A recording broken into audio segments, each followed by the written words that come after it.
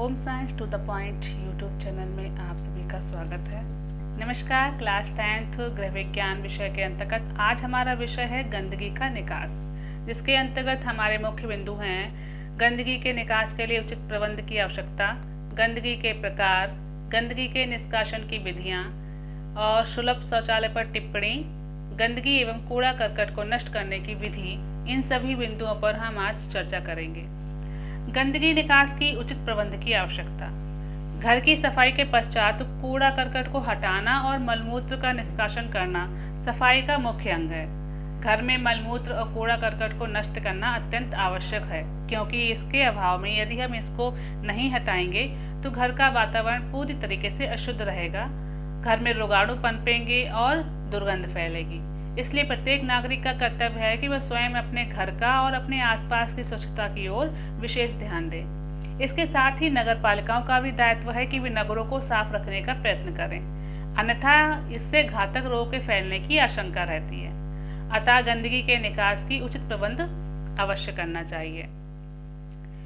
गंदगी के प्रकार। आमतौर पर गंदगी 3 प्रकार की होती है: कूड़ा करकट, गंदा पानी और मलमूत्र।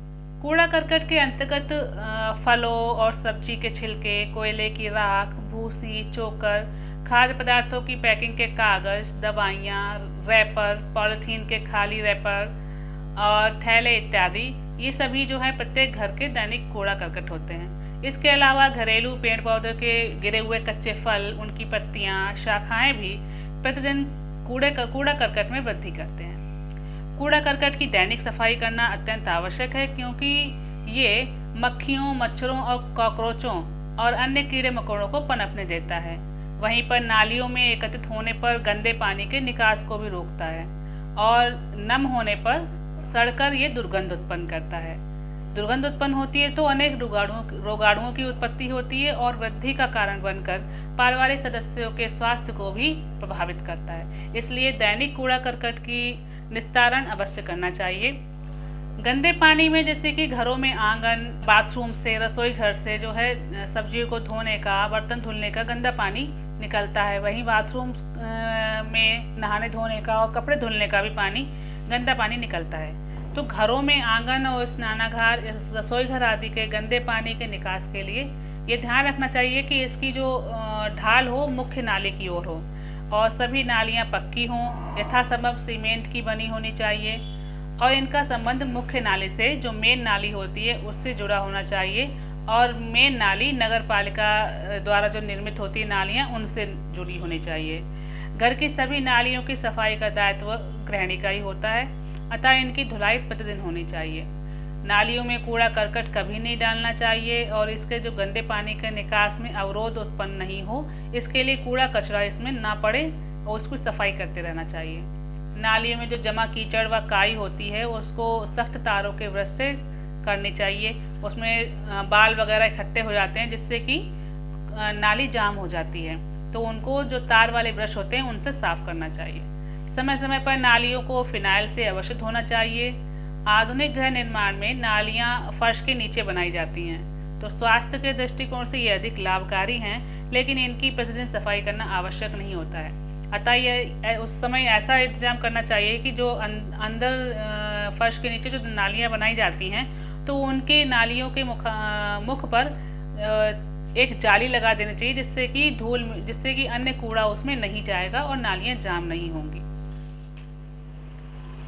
मलमूत्र के जो शरीर के अंदर की गंदगी होती है उसको जो है मलमूत्र के द्वारा शरीर की गंदगी निष्कासित होती है। तो मूत्र का निष्कासन तो स्नान गृह की नालियों द्वारा हो जाता है, लेकिन मल का निष्कासन की व्यवस्था घरों में उचित प्रकार से करनी चाहिए।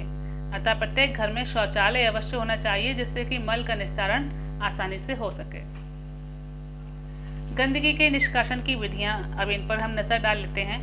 गंदगी के निष्कासन की विधियां 2 प्रकार की हैं, एक शुष्क विधि और दूसरी जल संवहन विधि।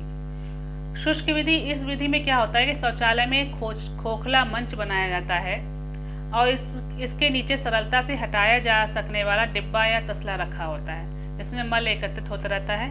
सफाई कर्मचारी या मेहतर प्रतिदिन एकत्रित मल को ले जाकर एक निश्चित स्थान पर डाल देते हैं। ये इस तरह की व्यवस्था पहले होती थी, जहाँ से नगर पालिका कर्मचारी इसे ले जाते हैं और इस मल को इकट्ठा करके नगर से दूर ले जाकर धरती के अंदर बने हुए खंदकों में डाल देते हैं और उसको मिट्टी से ढक देते हैं, जहाँ पर ये सड़कर खाद बन जाता है। और किंतु विदेशों में इसको जलाकर नष्ट कर दिया जाता है। तो ये प्रकार की विधि जो है वो घर में दुर्गंध पैदा करती है, तो इस प्रकार की विधि आज इस समय प्रचलन में नहीं है। दूसरी विधि है जल संवहन विधि। इसमें दो व्यवस्थाएं होती हैं, एक फ्लश विधि और तथा दूसरी सेप्टिक टैंक। फ्लश विधि जो है मलमूत्र विसर्जन की सर्वोत्तम विधि है। इस विधि में शौचालय में मल निष्कासन के लिए एक कमोड लगा होता है, जिसका संबंध नीचे की ओर सीवर लाइन से और ऊपर की ओर पानी की एक जंजीर लगी टंकी होती है। मल त्याग करने के बाद जंजीर खींच देते हैं, जिससे टंकी का पानी तेजी से निकलकर निष्कासित मल को सीवर लाइन में पहुंचा देता है, जहां से वह मुख्य सीवर लाइन द्वारा नगर से दूर एक निर्धारित स्थल पर पहुंचा दिया जाता है। हमारे देश में यह विधि सीवर लाइन न बनने पाने के कारण केवल बड़े बड़े नगरों में तक ही सीमित है, इसलिए यह व्यवस्था जो है केवल बड़े बड़े नगरों में ही है आज। दूसरी विधि है सेप्टिक टैंक विधि।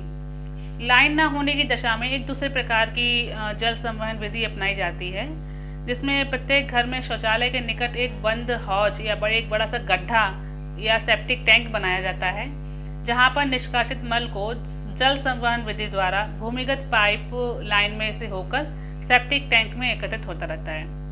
जो सीट होती है वहां से मल पानी के द्वारा जल के द्वारा प्रवाहित कर दिया जाता है और वह पाइप के द्वारा उस सेप्टिक टैंक में या हौज में एकत्रित होता रहता है, और ये गंदा पानी सेप्टिक टैंक की मिट्टी द्वारा सोख लिया जाता है और जो एकत्रित मल होता है वो सड़कर नष्ट हो जाता है।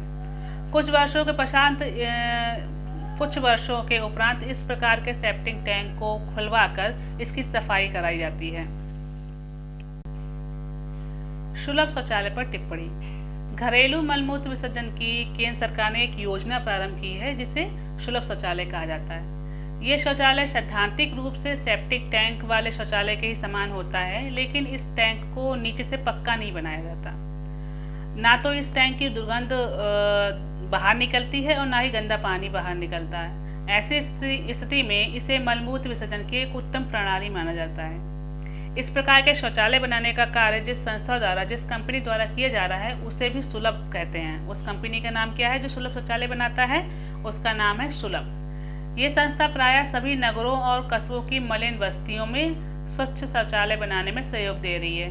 सुलभ शौचालय सस्ता होने के साथ साथ वातावरण को भी प्रदूषण रहित बनाता है। यही कारण है कि इस संस्था को सरकार और विश्व बैंक की ओर से पर्याप्त अनुदान भी प्रदान किया जा रहा है।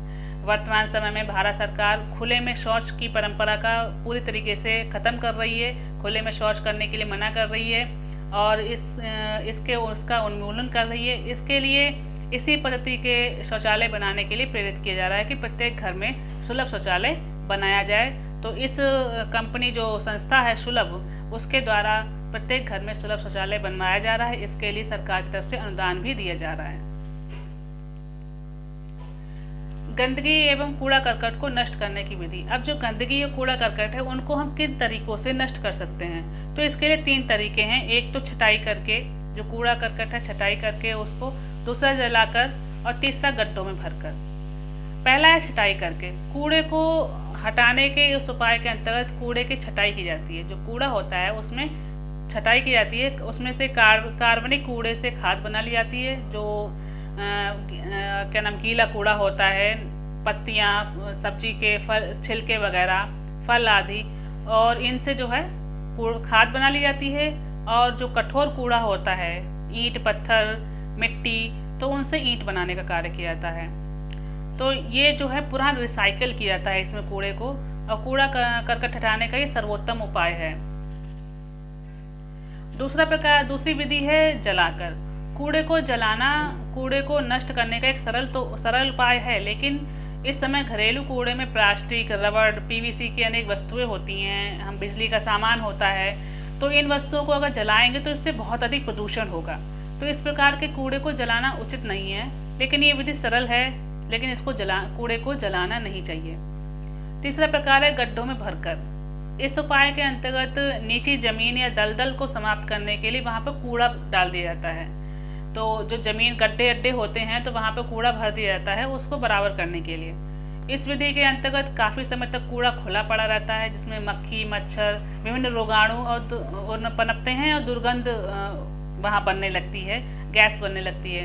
इन कारणों से कूड़े को हटाने का ये उपाय उपयुक्त नहीं माना जाता। तो सर्वोत्तम विधि कूड़ा करकट हटाने की कौन सी है? छांट कर उसका दोबारा रिसाइकल कर लेना। तो अब समय है आज के अभ्यास प्रश्न का। घर में होने वाली गंदगी कितने प्रकार की होती है, उसके निष्कासन की विधियां लिखिए। आज का पहला अभ्यास प्रश्न है, घर में होने वाली गंदगी कितने प्रकार की होती है, उसके निष्कासन की विधियां लिखिए। दूसरा है, टिप्पणी लिखिए सुलभ शौचालय। सुलभ शौचालय पर टिप्पणी लिखनी है। अब देख लेते हैं कि इस लेसन से संबंधित कुछ बहुविकल्पीय प्रश्न हैं, जो उनको देख लेते हैं। पहला प्रश्न है, कूड़ा करकट नष्ट किया जा सकता है। ऑप्शन ए छटाई करके, ऑप्शन बी जलाकर, ऑप्शन सी गड्ढों को पाटकर, ऑप्शन डी उपयुक्त सभी। तो कूड़ा करकट को हम छटाई करके, जलाकर और गड्ढों को पाटकर तीनों प्रकार से नष्ट कर सकते हैं। तो इसका सही उत्तर है उपयुक्त सभी। दूसरा प्रश्न है, मल निस्तारण की विधियां हैं। Option A 2, option B 3, option C 4, option D 5। तो मल निस्तारण की केवल 2 विधियां हैं। पहली विधि कौन सी है? शुष्क विधि।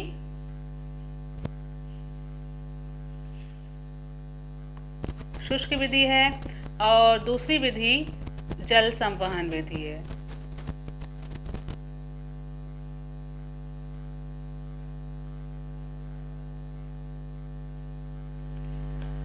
तीसरा प्रश्न है, गंदगी में सबसे अधिक फैलते हैं। ऑप्शन ए मच्छर, ऑप्शन बी मक्खियाँ, ऑप्शन सी रोगाणु, ऑप्शन डी कॉकरोच। तो गंदगी में सबसे अधिक रोगाणु फैलते हैं। तो इसका सही उत्तर है ऑप्शन सी रोगाणु। तो आज के लिए बस इतना ही। अब मिलेंगे अगले लेक्चर में। अब समय है आज के कमेंट बॉक्स प्रश्न का। कूड़ेदान का प्रयोग क्यों करते हैं? कूड़ेदान का प्रयोग क्यों करते हैं? इस प्रश्न का उत्तर नीचे कमेंट बॉक्स में लिखिएगा। आज के लिए बस इतना ही। फिर मिलेंगे अगले वीडियो में। अगर आपका कोई क्वेश्चन है, कोई सवाल है, तो आप नीचे कमेंट बॉक्स में लिखकर पूछ सकते हैं। और लेक्चर को अच्छे से समझने के लिए वीडियो को बार बार देखिएगा और अच्छे लगे तो लाइक ज़रूर कीजिएगा। और लगातार वीडियो पाने के लिए अगर आपने चैनल को अभी तक सब्सक्राइब नहीं किया तो सब्सक्राइब कर लीजिएगा। साथ में लगे बेल आइकन को भी दबा देना, जिससे कि आपको नोटिफिकेशन मिलता रहेगा और कोई भी वीडियो आपकी मिस नहीं होगी।